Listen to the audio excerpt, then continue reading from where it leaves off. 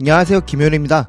오늘 준비한 분석 이야기는 맨시티와 리버풀 경기로 준비했습니다. 이 두 팀은 아무래도 만났다 하면 치열하게 경기를 펼치기도 하고 가까스로 승리하는 팀이 나오죠. 근데 이번 경기는 좀 달랐습니다. 원정팀인 리버풀이 먼저 선제골을 넣었지만 이후 맨시티가 역전에 성공하고 완승했던 경기였습니다. 특히 맨시티가 경기를 뒤집은 과정에서 5번 존과 10번 존을 적극적으로 활용했는데요. 이 이야기를 리버풀 입장에서 보면 결국 리버풀이 이 두 공간에서 수비가 잘 이루어지지 못했다고 볼 수 있었습니다. 그래서 오늘 분석에서는 맨시티가 5번 존과 10번 존을 어떤 방식으로 활용해서 경기를 뒤집을 수 있었는지, 맨시티가 수비 상황에서는 어떤 방식을 보였는지를 짚어보려고 합니다.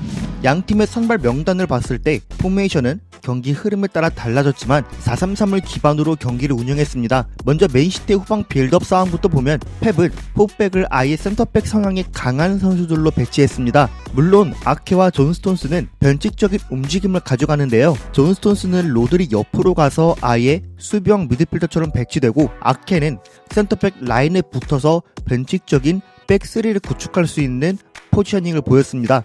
이렇게 후방이 픽스가 되고 귄도안과 더브라이너는 하프 스페이스에 위치하고 두 윙어들도 높게 전진하는 상황에서 포메이션이 3-2-4-1 형태로 만들어졌습니다. 맨시티가 이런 포지셔닝을 구축할 때 리버풀은 수비 상황에서 4-2-3-1 형태를 유지했는데요. 최전방의 살라와 학포가 약간 비스듬히 위치하고 조타와 엘리엇은 윙어 자리에 위치하고 핸더슨과 파비뉴는 투볼란치로 위치해 수비라인 앞에 위치했습니다. 이렇게 위치했을 때 최전방에 있는 리버풀 공격수들의 수비 포인트는 맨시티의 스토퍼들이 볼을 소유할 때는 윙어들이 바깥쪽을 견제하면서 돌아 들어가는 움직임을 자주 볼 수 있었습니다. 이런 움직임을 보이는 이유는 스토퍼들이 윙어에게 감아서 패스하는 형태를 최대한 견제하기 위함도 있겠지만, 지속적으로 귄도안과 더브라이너가 5번과 10번 존으로 들어와서 받으려고 하기 때문인데요. 여기서 리버풀 윙어가 꺾어서 들어가면 맨시티는 반대로 넣어줄 수밖에 없게 되고, 살라와 학포는 지속적으로 스위칭하면서 한 명은 센터백을 견제하면서도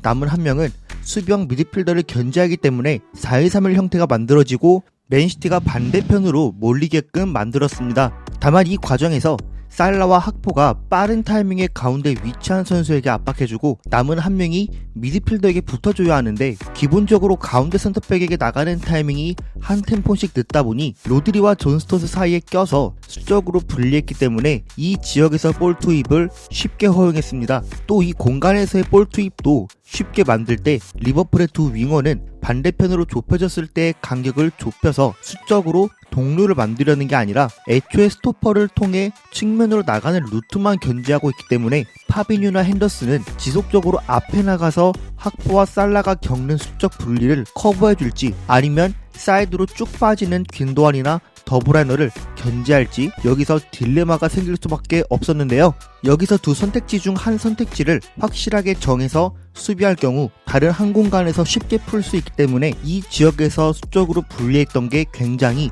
크게 작용되었습니다. 만약 리버풀 윙어들의 채널링이 애매하게 들어가서 귄도안과 더브라이너가 이 지역에서 볼을 소유하게 되면 파비뉴나 핸더슨이 사이드로 나와서 커버해야 했는데요. 윙어가 애매하게 나가면서 수적으로 어려워지기 때문에 리버풀의 윙어들이 채널링을 해도 지속적으로 사이드로 빠져 있었습니다. 이런 상황이 리버풀에게 더 뼈아플 수 있었던 이유는 핸더슨이나 파비뉴가 예를 들어 미드필더를 커버하기 위해 견제했다가 풀백들이 점프해서 견제하는 상황들이 만들어질 수 있기 때문인데요.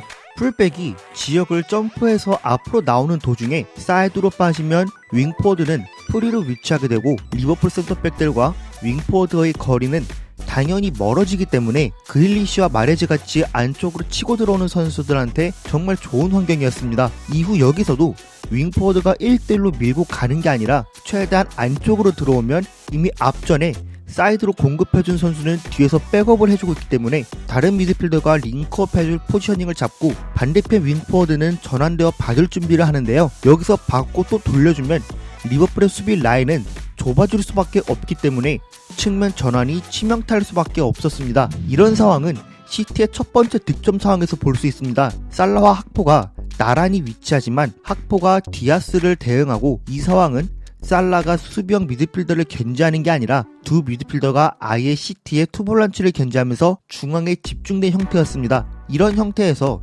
조타가 그냥 직선적으로 나오면서 더브라이너가 사이드에서 나와 충분히 볼을 받을 수 있었습니다. 이런 상황에서 리버풀 풀백들은 주력이 빠른 선수들이기 때문에 지역을 점프해서 수비할 수 있는 선수들이지만 더브라이너는 이 상황에서 단번에 측면으로 돌려놨기 때문에 마레즈가 이후 볼 잡고 4명의 숫자로 완벽하게 득점 찬스를 만들 수 있었죠. 이 상황도 보면 살라가 나갔을 때 학포는 스톤스를 견제할 수 있지만 이미 등을 보이고 있다 보니 핸더슨이 나올 수밖에 없게 됐습니다. 때문에 압박이 쉽게 풀리게 되죠. 이후에도 파비뉴가 균도안을 고려하기 때문에 사이 루트가 열리게 되고 시티는 또 압박을 쉽게 풀어낼 수 있었습니다. 이처럼 리버풀은 전방에서 학포와 살라의 조금씩 어긋났던 전진 타이밍과 미들 지역에서의 수적 불리함을 극복하지 못했습니다.